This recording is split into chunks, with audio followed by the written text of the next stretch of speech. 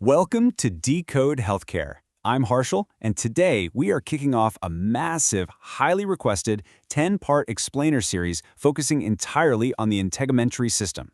We're talking about the 10,000 series CPT codes. Look, if you've ever stared at a surgical report and just felt totally lost in all those layers of skin, subcutaneous tissue, and muscle, hey, you're in the right place.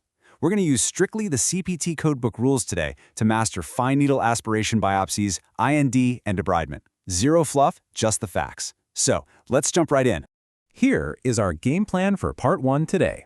We're hitting 4 foundational pillars: fine needle aspiration, introduction and removal, incision and drainage, and finally, debridement. All right, first up on the block, fine needle aspiration, or FNA. So, what exactly is an FNA biopsy? The CPT guidelines actually use really precise language here. It's when a provider uses a literal fine needle to aspirate, or suction out, material so the extracted cells can be examined cytologically. That just means we're looking at individual floating cells. Now, you absolutely cannot confuse this with a standard core needle biopsy. A core biopsy uses a much larger bore needle to punch out an actual solid chunk of tissue.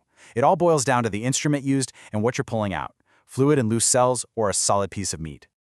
Once you know for sure you're dealing with an FNA, your next coding decision is super simple. It's a binary choice. Did they use imaging guidance? If the provider goes in blind, no imaging at all, boom, you're looking at code 10021. But if they use ultrasound, fluoroscopy, CT, or MRI to guide that tiny needle, you completely shift gears over to the 10,004 through 10,012 code family. The CPT rules are super strict about this. You pick your primary code based on the specific type of imaging used, and there are add-on codes if they sample extra lesions using that exact same imaging. Easy, right? Moving right along, let's briefly touch on introduction and removal. This is a really specific, high-yield little section covering codes 10,030 through 10,036. You're going to use these for some very distinct procedures. Take code 10,030, for example. That's for image-guided fluid collection drainage by catheter. Picture an abscess, a hematoma, or a cyst being drained percutaneously, meaning they stick a catheter directly through the skin. Notice the CBT book's brilliant specificity there. It has to be by catheter and it has to be image-guided. Also, if your provider is placing a soft tissue localization marker, like a tiny metallic clip or radioactive seeds, with imaging guidance, you'll jump to code 10,035 and its add-on 10,036. Okay, Section 3, incision and drainage, or IND. IND spans from code 140 down to 1080. It's the absolute bread and butter of integumentary coding.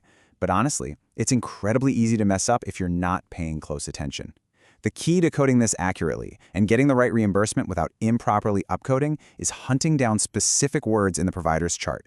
You have to know if it was a simple or single procedure versus a complicated or multiple procedure. For instance, code 160 is for a simple, single abscess or cyst. But if the documentation explicitly says the drainage was complicated or if there were multiple cysts, you upgrade to code 161. We see the exact same thing with pilonidal cysts. 180 is for simple, 181 is for complicated. Always let the provider's exact descriptive words make that choice for you. Finally, we've arrived at Section 4, and arguably the most complex part of today's explainer: debridement. We're looking at codes 10,100 through 11,047. Grab your highlighters because the rules here are absolute.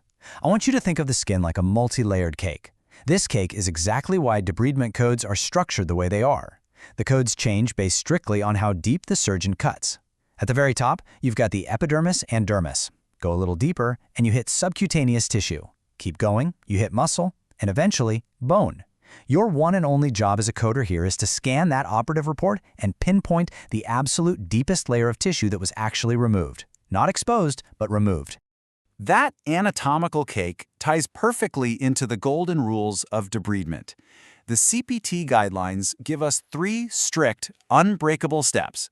Step 1, report your code using the deepest level of tissue removed from that wound. Step 2, if you have multiple wounds, you have to add up the surface areas of those wounds, but only if they are at the exact same depth. And step 3, which is where practically everyone trips up, you absolutely, under no circumstances, combine the math from different depths. The CBT book actually gives us a textbook example to make sure we don't mess this up. Imagine a surgeon debrides a heel ulcer that's 4 square centimeters and an ischial ulcer that's 10 square centimeters. Both go all the way down to the bone. You sum them up, 4 plus 10 is 14. So you report that entire 14 square centimeters of work with a single code, 11044. But let's say on that exact same day, they also debride some subcutaneous tissue from a 16 square centimeter abdominal wound and a 10 square centimeter thigh wound. You add those two together to get 26 square centimeters and report it totally separately using codes 11042 and 11045. You keep your bone math and your subcutaneous math completely isolated from each other. Don't mix them.